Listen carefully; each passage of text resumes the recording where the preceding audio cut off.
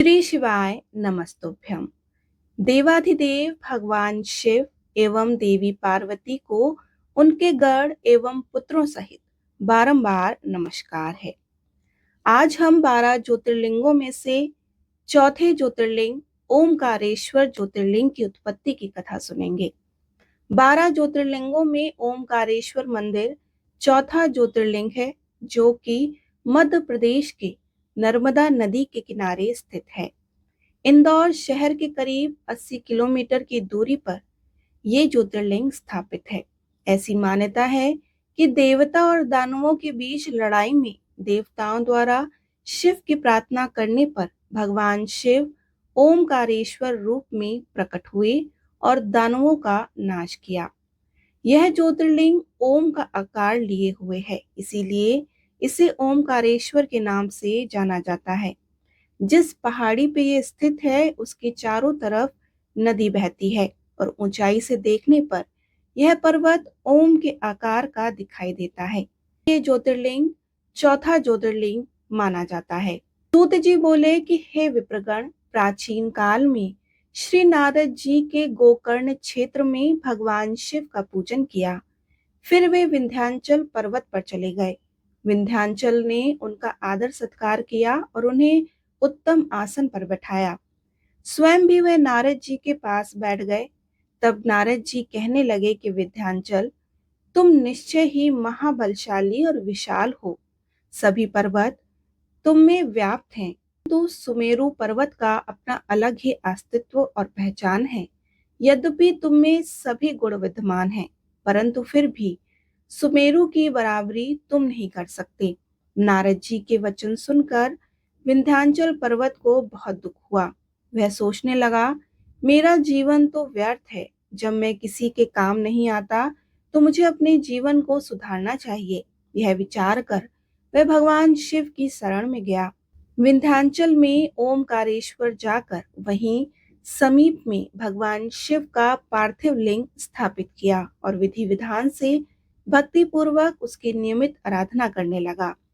वह घंटों शिव जी के चरणाविदों के ध्यान में मग्न रहता। इस प्रकार उसे शिव जी का ध्यान और तप करते हुए बहुत समय बीत गया। एक दिन उसकी तपस्या से प्रसन्न होकर देवाधिदेव भगवान शिव ने उसे साक्षात दर्शन दिए तथा उसकी कामना जाननी चाहिए। शिव जी बोले कि विंध्याचल, मैं तुम्हारी भक्ति भावना से प्रसन्न हूँ, वर मांगो। भगवान शिव ने निर्मल वचनों को सुनकर विंध्याचल की खुशी का कोई ठिकाना ना रहा। उसने अपने आराध्य देव की स्तुति आरंभ कर दी और फिर बोला कि हे कल्याणकारी भगवान शिव, यदि आप प्रसन्न हैं तो कृपया कर मेरी बुद्धि को शुद्ध करें और मुझे श्रेष्ठ विचार प्रदान करें। भगवान, आप यहीं पर निवास कर इस जगत का कल्याण करें। तब विंध्याचल की मनोकामना को पूरा करते हुए भगवान शिव ने उन्हें इच्छित वर को प्रदान किया और स्वयं विंध्याचल द्वारा स्थापित लिंग में ज्योतिर्मय रूप में विराजमान हो गए। यह ज्योतिर्लिंग परमेश्वर नाम से प्रसिद्ध हुआ। ओमकारेश्वर और परमेश्वर नामक शिव ज्योतिर्लिंग अलग अलग होते हुए भी एक हैं। ये अपने भक्तों को अभिष्ट फल प्रदान करने वाला तथा उन्हें मोक्ष देने वाले हैं। इस प्रकार अपने भक्त विंध्याचल पर अपनी कृपा दृष्टि कर शिव जी अंतर्ध्यान हो गए। ऋषियों, इस प्रकार मैंने आपसे ओमकारेश्वर नामक शिवलिंग की महिमा का वर्णन किया। बोलिए उमापति शंकर भगवान की जय। अब आप सुनेंगे शिव महिमा स्तोत्र। शिव भक्त श्री गंधर्वराज पुष्पदंत द्वारा रचित शिव महिमा स्तोत्र का अभिप्राय शिव की महिमा से है। यह एक अत्यंत ही मनोहरी शिव स्तोत्र है, जो अगाध प्रेम भाव से ओतप्रोत होने के कारण भगवान शिव को अधिक प्रिय है। शिव महिमा स्तोत्र। श्री पुष्पदंत जी कहते हैं कि हे प्रभु, बड़े बड़े विद्वान और योगी जन आपकी महिमा को नहीं जान पाए, तो मैं तो एक साधारण बालक हूँ, मेरी क्या गिनती। लेकिन क्या आपकी महिमा को पूर्णतया जाने बिना आपकी स्तुति नहीं हो सकती? मैं ये नहीं मानता, क्योंकि अगर ये सच है तो फिर ब्रह्मा की स्तुति भी व्यर्थ कहलाएगी। मैं तो ये मानता हूँ कि सबको अपनी मति अनुसार स्तुति करने का अधिकार है। इसीलिए हे भोलेनाथ, आप कृपया मेरे हृदय के भाव को देखें और मेरी स्तुति को स्वीकार करें। हे शिव, आपकी व्याख्या ना तो मन ना ही वचन द्वारा संभव है। आपके संदर्भ में वेद भी अचंभित है तथा नेति नेति का प्रयोग करते हैं, अर्थात ये भी नहीं और वो भी नहीं। आपकी महिमा और आपके स्वरूप को पूर्णतः जान पाना असंभव है, लेकिन जब आप साकार रूप में प्रकट होते हैं तो आपके भक्त आपके स्वरूप का वर्णन करते नहीं थकते। ये आपके प्रति उनके प्यार और पूज्य भाव का परिणाम है। हे वेद और भाषा के सृजन, आपने अमृतमय वेदों की रचना की है। इसीलिए जब देवों के गुरु बृहस्पति आपकी स्तुति करते हैं तो आपको कोई आश्चर्य नहीं होता। मैं भी अपनी मति अर्थात ज्ञान के अनुसार आपका गुणानुवाद करने का प्रयास कर रहा हूँ। मैं मानता हूँ कि मैं इससे आपको कोई आश्चर्य नहीं होगा, मगर मेरी वाणी इससे अधिक पवित्र और लाभान्वित अवश्य होगी। हे देव, आप इस सृष्टि के सर्जनहार हैं, पालनहार हैं और विसर्जनकार हैं। इस प्रकार आपके ब्रह्मा, विष्णु और महेश तीन स्वरूप हैं तथा आपसे सत्व, रज और तम तीन गुण भी हैं। वेदों में इनके बारे में वर्णन किया गया है, फिर भी अज्ञानी लोग आपके बारे में ऊटपटांग बातें करते रहते हैं। ऐसा करने से भले ही उन्हें संतुष्टि मिलती हो, किंतु यथार्थ से वो मुंह नहीं मोड़ सकते। हे महादेव, मूर्ख लोग अक्सर तर्क करते रहते हैं कि यह सृष्टि की रचना कैसे हुई, किसकी इच्छा से हुई, किन वस्तुओं से उसे बनाया गया। इनका उद्देश्य लोगों में भ्रांति पैदा करने के अलावा कुछ नहीं। सच पूछो तो ये सभी प्रश्नों के उत्तर आपकी दिव्य शक्ति से जुड़े हैं और मेरी सीमित शक्ति से उसे व्यक्त करना असंभव है। हे परमपिता, यह 7 लोक आपके द्वारा ही बनाया गया है। इसके कर्ता आपके अतिरिक्त दूसरा कोई नहीं हो सकता, क्योंकि इस विचित्र संसार की विचित्र रचना की सामग्री दूसरे के पास होना असंभव है। इसीलिए अज्ञानी लोग ही आपके विषय में संदेह करते हैं। हे शिव, आपको पाने के लिए अगिनत मार्ग हैं। संख्य मार्ग, वैष्णव मार्ग, शैव मार्ग, वेद मार्ग आदि। लोग अपनी रुचि के अनुसार कोई एक मार्ग को पसंद करते हैं, मगर आखिरकार ये सभी मार्ग जैसे अलग अलग नदियां का पानी बहकर समुद्र में जाकर मिलता है, वैसे ही ये सभी मार्ग आप तक पहुंचाते हैं। सचमुच किसी भी मार्ग का अनुसरण करने से आपकी प्राप्ति हो सकती है। हे शिव, आपके भ्रकुटी के इशारे मात्र से सभी देवगण ऐश्वर्य एवं संपदाओं का भोग करते हैं, पर आपके स्वयं के लिए सिर्फ कुल्हाड़ी, बैल, व्याघ्र चर्म, शरीर पर भस्म तथा हाथ में खप्पर, इससे ये फलित होता है कि जो आत्म आनंद में लीन रहता है वो संसार के भोग पदार्थों में नहीं फंसता। हे त्रिपुरहंता, इस संसार के बारे में विभिन्न विचारकों के भिन्न भिन्न मत हैं। कोई उसे नित्य जानता है तो कोई इसे अनित्य समझता है। लोग जो भी कहें, आपके भक्त तो आपको हमेशा सत्य मानते हैं और आपकी भक्ति में आनंद पाते हैं। मैं भी उनका समर्थन करता हूँ, चाहे किसी को मेरा ये कहना धृष्टता लगे, मुझे उसकी परवाह नहीं। हे प्रभु, जब ब्रह्मा और विष्णु के बीच विवाद हुआ कि दोनों में कौन महान है, तब आपने उनकी परीक्षा करने के लिए अग्नि स्तंभ का रूप लिया। ब्रह्मा और विष्णु दोनों ने स्तंभ को अलग अलग छोर से नापने की कोशिश की, मगर वो सफल ना हो सके। आखिरकार अपनी हार मानकर उन्होंने आपकी स्तुति की, जिससे प्रसन्न होकर आपने अपना मूल रूप प्रकट किया। सचमुच अगर कोई सच्चे दिल से आपकी स्तुति करे तो आप प्रकट न हो, क्या ऐसा कभी हो सकता है भला? हे त्रिपुरांतक, आपके परम भक्त रावण ने पद्म की जगह अपने 9 मस्तक आपकी पूजा में समर्पित कर दिए। जब वो अपना 10वां मस्तक काटकर अर्पण करने जा रहा था, तब आपके प्रकट होकर उसको वरदान दिया। इस वरदान की वजह से ही उसकी भुजाओं में अटूट बल प्रकट हुआ और वो तीनों लोकों में शत्रुओं पर विजय पाने में समर्थ रहा। ये सब आपकी दृढ़ भक्ति का नतीजा है। हे शिव, आपकी परम भक्ति से रावण अतुलित बल का स्वामी बन बैठा, मगर इससे उसने क्या करना चाहा? आपकी पूजा के लिए हर रोज कैलाश जाने का श्रम बचाने के लिए कैलाश को उठाकर लंका में गाड़ देना चाहा। जब कैलाश उठाने के लिए रावण ने अपनी भुजाओं को फैलाया, तब पार्वती भयभीत हो उठी। उन्हें भयमुक्त करने के लिए आपने सिर्फ अपने पैर का अंगूठा लगाया तो रावण जाकर पाताल में गिरा और वहां भी उसे स्थान नहीं मिला। सचमुच, जब कोई आदमी अनधिकृत बल का या संपत्ति का स्वामी बन जाता है तो उसका उपयोग करने में विवेक खो देता है।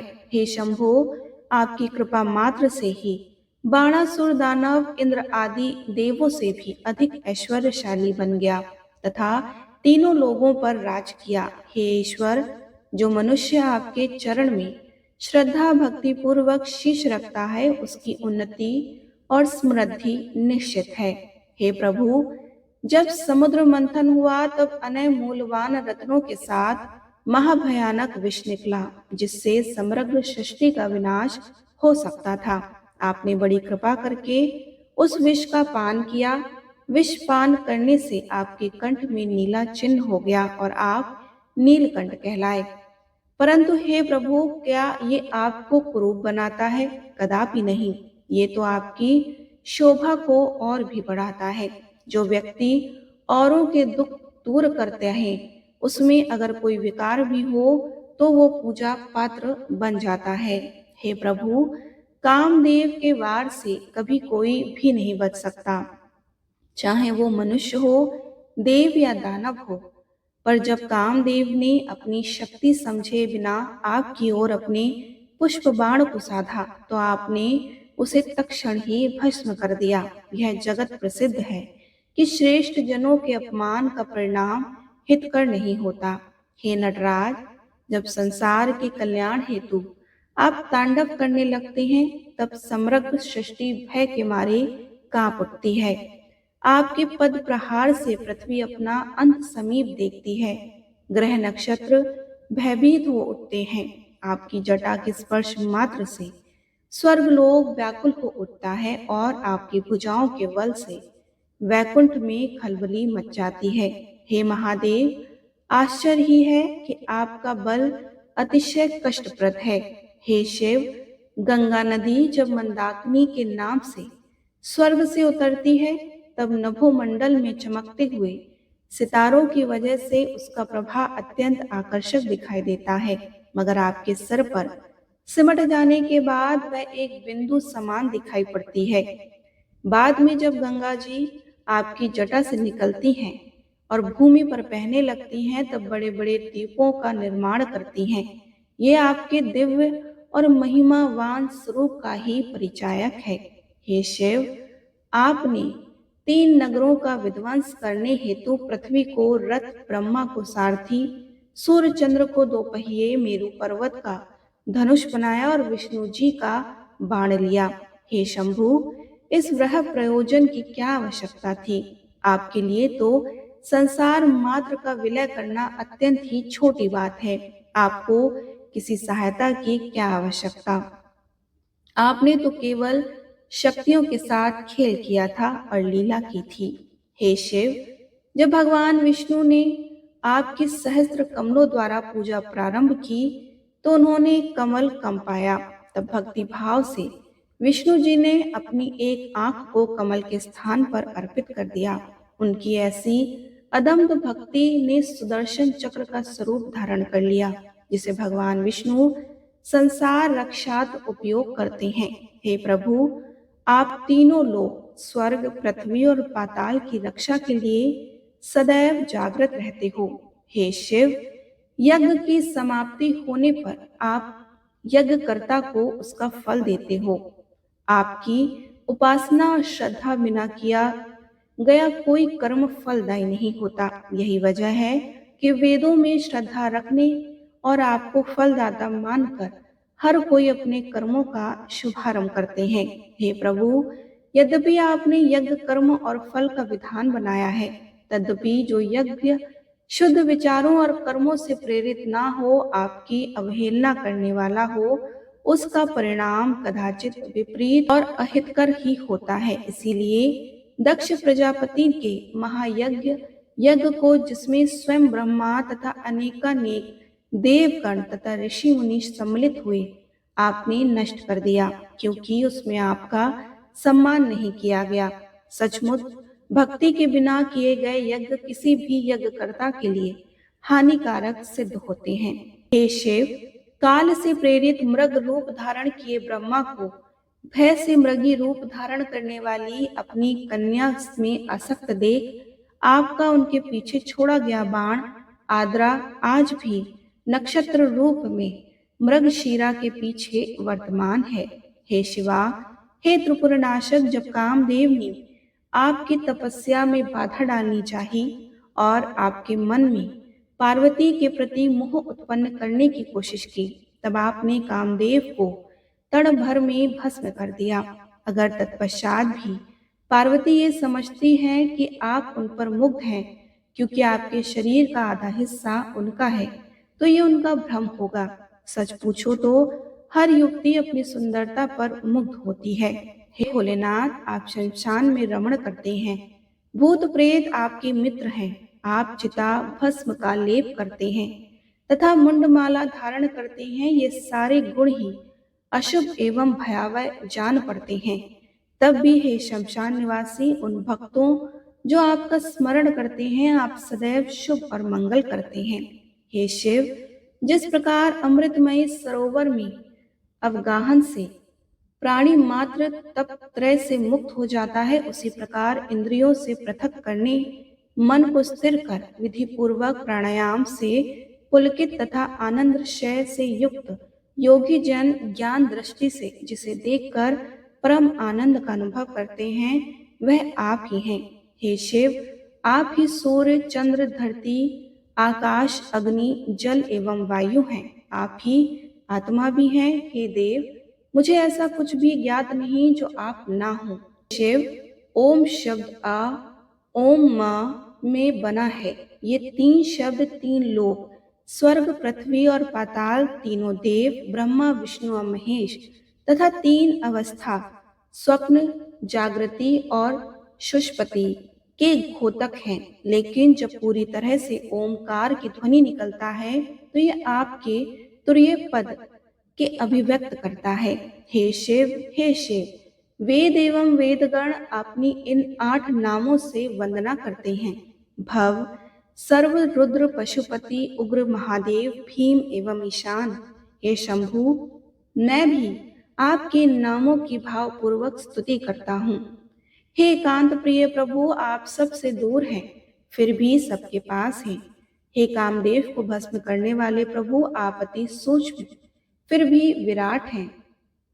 ये 3 नेत्रों वाले प्रभु, आप वृद्ध हैं और युवा भी हैं। हे महादेव, आप सब में हैं, फिर भी सबसे परे हैं। आपको मेरा प्रणाम है।